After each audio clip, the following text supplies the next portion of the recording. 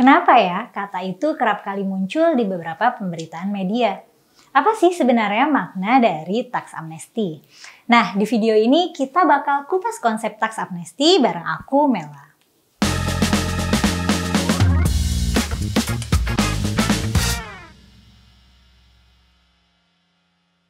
Tax amnesty atau pengampunan pajak adalah sarana bagi pemerintah untuk meningkatkan pendapatan negara dari pajak dengan cara meningkatkan kepatuhan pembayaran pajak oleh para wajib pajak alias orang-orang yang wajib membayar pajak. Kebijakan ini cukup umum diterapkan di banyak negara dengan tujuan menarik uang dari para wajib pajak yang diduga menyimpan uang mereka secara rahasia di negara-negara bebas pajak. Jadi, kalau orang-orang dari suatu negara pada nyimpen uang mereka di negara-negara bebas pajak, maka hilanglah potensi penerimaan negara asalnya orang tersebut dari pajak. Oleh karena itu, dikeluarkanlah program tax amnesty dengan harapan para wajib pajak yang menyimpan uang mereka di negara bebas pajak tadi dapat mengalihkan simpanannya kembali ke negara asalnya. Dari situ, pemasukan negara dari pajak dapat meningkat dan dapat berkontribusi secara signifikan terhadap pembangunan ekonomi dalam negeri. Nah, itu latar belakang dari kebijakan tax amnesty. Sekarang kita masuk ke pengertiannya ya. Tax amnesty adalah kesempatan bagi wajib pajak untuk membayar pajak dengan jumlah yang lebih rendah dari seharusnya karena adanya potongan tarif pajak atau bahkan penghapusan total dari tarif pajak yang seharusnya dibayarkan.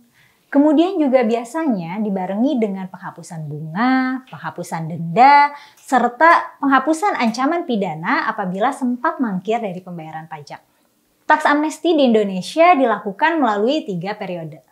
Periode pertama, tax amnesty berlangsung dari 28 Juni 2016 hingga 30 September 2016. Dilanjutkan periode kedua mulai dari 1 Oktober 2016 hingga 31 Desember 2016. Periode ketiga dan terakhir dari kebijakan ini berlangsung pada 1 Januari 2017 hingga 31 Maret 2017. Penerapan kebijakan tax amnesty di Indonesia diatur dalam Undang-Undang Nomor 11 Tahun 2016 tentang pengampunan pajak. Dalam sejarahnya, tax amnesty ini diberlakukan pertama kali pada tahun 1964 dalam era kepemimpinan Soekarno sebagai kepala negara di Indonesia.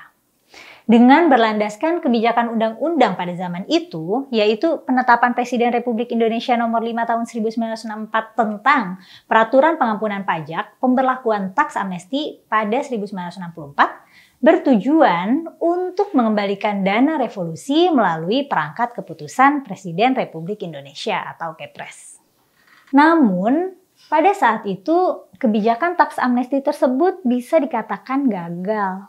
Maksudnya, kebijakan tersebut tidak berhasil mencapai tujuan-tujuan dari diterapkannya kebijakan semacam itu. Berikutnya, kebijakan tax amnesty dilakukan untuk kedua kalinya pada tahun 1984 dalam era kepemimpinan Soeharto. Kebijakan ini tertuang dalam Keputusan Presiden Nomor 26 Tahun 1984 tentang pengampunan pajak.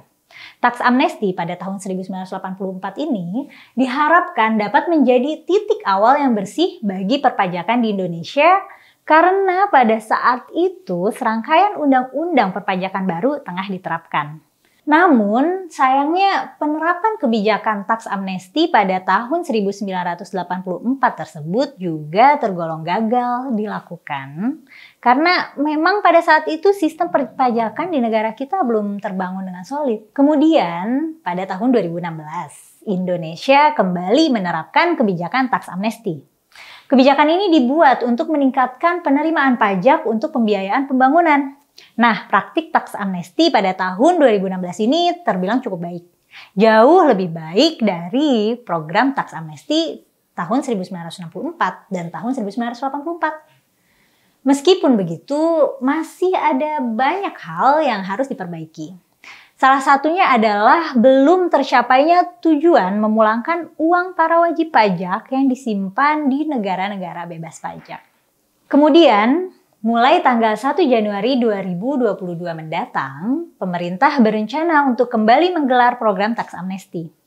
Program yang dijalankan oleh Kementerian Keuangan melalui Dirjen Pajak tersebut akan berlangsung selama 6 bulan. Menteri Keuangan Sri Mulyani memaparkan bahwa kebijakan 1 diperuntukkan bagi pengungkapan harta tahun 2015 yang sudah mengikuti taks amnesti tahun 2016. Sedangkan kebijakan 2 ditujukan untuk mengungkap harta perolehan tahun 2016 hingga 2020. Kebijakan ini bisa diikuti baik oleh yang sudah maupun belum pernah mengikuti taks amnesti. Nah, untuk yang kebijakan 2 hanya berlaku bagi wajib pajak orang pribadi atau disebut juga WPOP, bukan wajib pajak badan atau WP badan.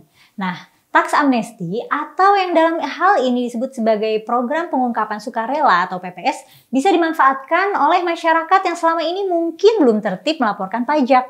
Tidak semua anggota Dewan Perwakilan Rakyat sepakat dengan adanya taks amnesti 2022 ini. Wakil Ketua DPR Rahmat Gobel menyebut pengampunan pajak itu harus jelas tujuan dan target sasarannya. Pemberian pengampunan pajak tahun 2016 lalu menurut dia belum mampu menjaring uang pengusaha yang disimpan di luar negeri untuk kembali ke tanah air. Pengampunan pajak harus diberikan kepada pelaku ekonomi kecil, bukan hanya fokus pada pengusaha besar. Pemberian taks amnesti pada usaha mikro, kecil, dan menengah atau UMKM dapat menjadi wujud dukungan pemerintah. Dukungan pemerintah terhadap ekonomi kecil akan memiliki multiplier efek karena mampu menyerap banyak tenaga kerja. Direktur Riset Center of Reform on Economics atau CORE Indonesia, Peter Abdullah mengatakan taks amnesti seharusnya diberikan sekali seumur hidup. Kalau diberikan dalam jangka waktu yang begitu dekat justru tidak efektif dong. Seharusnya pemerintah melakukan penegakan hukum setelah taks amnesti 2016 kemarin rampung. Mereka yang tidak mengikuti pengampunan pajak dan terbukti melanggar harus diproses hukum lebih lanjut. Menurut penuturan Peter, negara telah mengalami banyak kerugian karena pelaku ekonomi yang tidak taat pajak. Seharusnya tidak perlu dikasih taks amnesti lagi. Taks amnesti 2022 disebut Peter sebagai bentuk perlakuan tidak adil pemerintah terhadap mereka yang patuh pajak. Nah, bagaimana menurut kalian? Apakah kebijakan taks amnesti ini sudah saatnya diterapkan lagi? Yuk, share pandangan kalian di kolom komentar atau di akun media sosial kalian masing-masing. Jangan lupa like dan share video ini kalau dirasa bermanfaat. Jangan lupa juga subscribe channel Geolife dan nyalain lonceng notifikasi supaya nggak ketinggalan video terbaru dari Geolife.